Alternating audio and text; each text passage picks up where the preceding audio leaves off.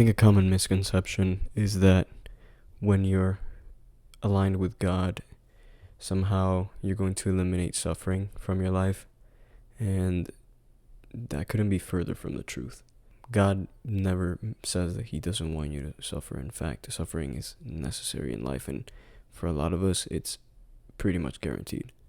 Actually, for everyone, it's guaranteed. But even if suffering is necessary for you to learn certain lessons, that doesn't mean that your life should be miserable. You should still find joy in life, and you should still be able to enjoy your life. And how do you do that? Well, it starts by being grateful. Waking up in the morning, it's a reason to be grateful. Anything that happens after that is like just the cherry on top. It's the icing on the cake. It's the sprinkles on top of the cupcake, whatever metaphor you want to use. The reality is, it all comes from gratitude.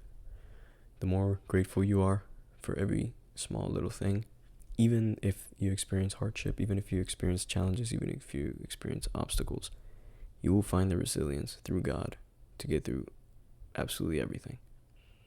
And a lot of times, if not every single time, these hardships and challenges are meant to develop the person that we are, because we are meant to receive bigger blessings, but we cannot possibly be prepared to receive those blessings if we don't endure the hardships, because you can't have your cake and eat it too. You can't have the reward before the work. The reason why we go through these hardships, and sometimes we feel like there's an absence of God, or we're just like, why me?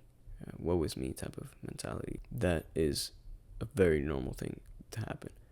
But the best way to approach these challenges is to understand that ultimately it is for your benefit to go through hardships. If you had an easy life, probably wouldn't be a very eventful life, or probably wouldn't be a life that too many people would envy, or maybe it would be, but for the wrong reasons. Maybe you look at the relationship you have with God in a different way, but I like to think of it as a father-son dynamic, where if I was a father, I'm not yet, but of course it's in the plans, and I want my son to be the best possible that he can be, I'm not just going to absolutely shelter him from everything.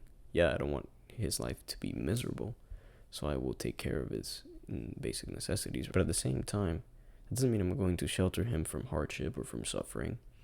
These are necessary things for him to develop into the person that he eventually needs to become.